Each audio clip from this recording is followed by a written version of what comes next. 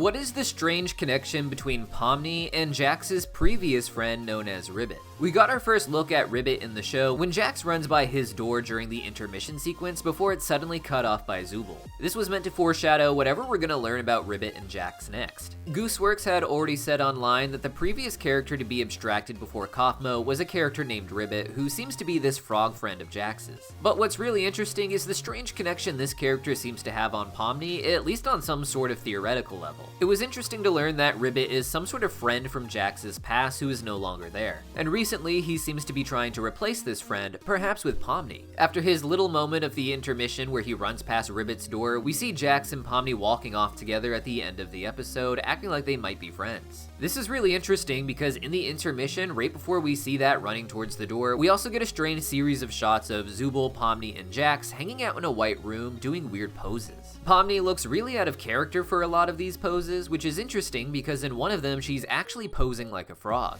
What's really important about this is that apparently in the early draft work for Pomni's character, she was actually designed as a frog first. This leads to a lot of strange connections between Pomni and Ribbit, and interestingly, a lot of connection through Jax. The next episode is supposed to be Jax focused, so I imagine we're gonna get all of the answers on Ribbit and what exactly Jax's relationship was with her, as well as what Pomni's role in that story will be. But what do you guys think?